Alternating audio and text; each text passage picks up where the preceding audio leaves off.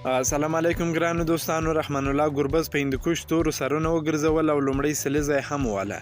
د کابل بازانو لپاره نن رحمان الله ګربز په زړه پورې چټکه توپخانه ترسره کړه چې په هندوکش تورو یې سرونه وګرځول او د شپږیزه کرکټ لیګ د روان پړاو لومړنۍ سلیزه هم وواله او کابل بازانو بیا په روان لیګ کې پنځمه بریا خپله کړه.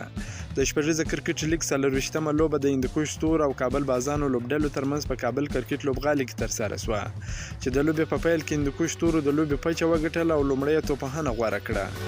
هندوکش تورو په ټاکل شوو 60 اورونو کې د شپږ لوبغاړو په سوځېدو سره 102 منډې وکړې چې له ډلې زبید اکبري ډېره چټکه په زړه پورې توپخانه ترسره کړه.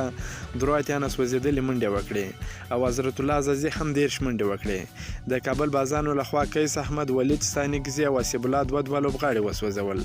د 103 منډو هدف د کابل بازانو لوبډلې په 14.15 اورونو کې د یو لوبغاړي په سوځېدو سره پوره کړ او د 9 وکټو په ستر توپیر هندوکش تورو لوبډلې ته ماتې ورکړه. د کابل بازانو لپاره رحمان الله ګربز ډېر زبردست چټکه توپخانه ترسره کړه. په 40 توپونو 121 ناسوځېدلې منډې وکړې چې 10 شپږیزې او 4 څلوریزې هم ووالې او د روان لیګ لومړنۍ سلیزه هم وواله.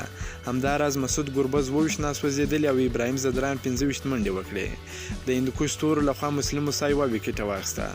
د لوبې د غوره لوبغاړي جایزه رحمان الله ګربز ته ورکړل شوه. د یادولو وړ ده چې دا د کابل بازانو شپږمه لوبه وه چې پنځمه بریا یې خپله کړه. همداراز هندوکش تورو هم شپږمه لوبه وه چې له پنځمې ماتې سره مخ شوه. که مو دا ویډیو خوښه شوې در سره لایک کړئ. د نور تازه معلوماتو لپاره هم زموږ سره اوسئ. تر بلې ویډیو پورې د الله په امان.